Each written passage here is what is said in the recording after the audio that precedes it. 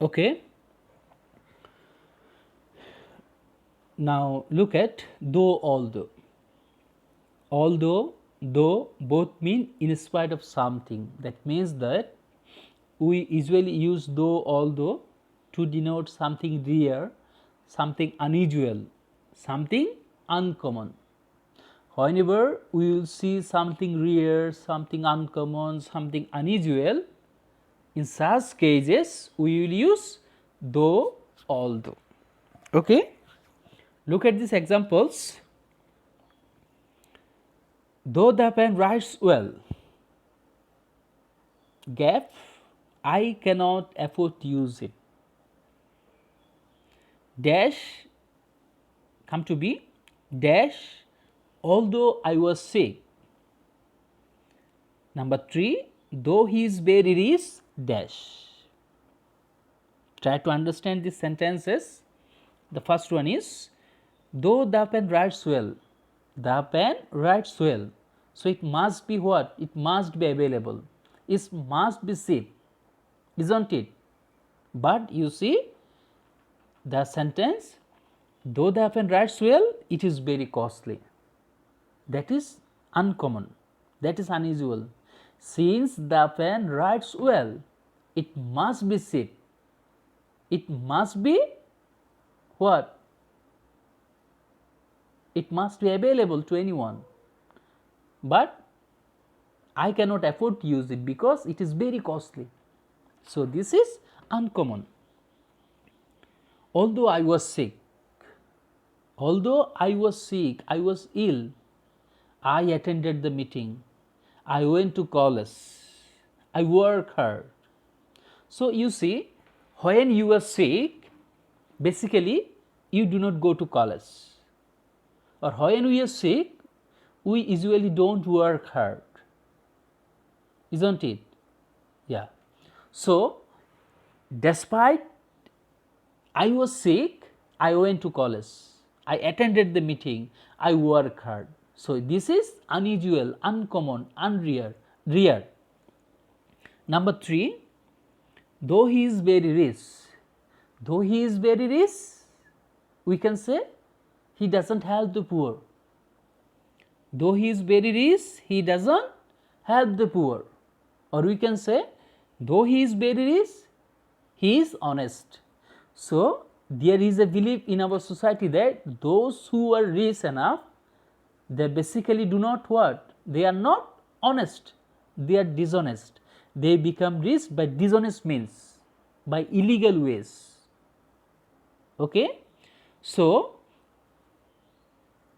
look at these examples, you see that the relation between the two clauses, that means that the clause with though, although and the principal clause, the relation between is there is something rare, uncommon, unusual, isn't it? Yeah. Okay. Come to the next one, that is would rather. Would rather is used to express comparison and preference between two things or two persons. So when we do use would rather is used to express comparison. That means that it will make a comparison between two things or two persons, or it will give preference between two persons or two things. That means that you will choose one from two persons or two things. Look at these examples. To tell a lie is a great sin. To tell a lie is a great sin. I would rather die than tell a lie. So one important thing is that we basically use two verb before and after would rather. I repeat, we basically use two verb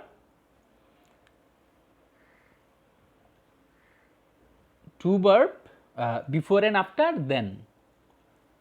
After what?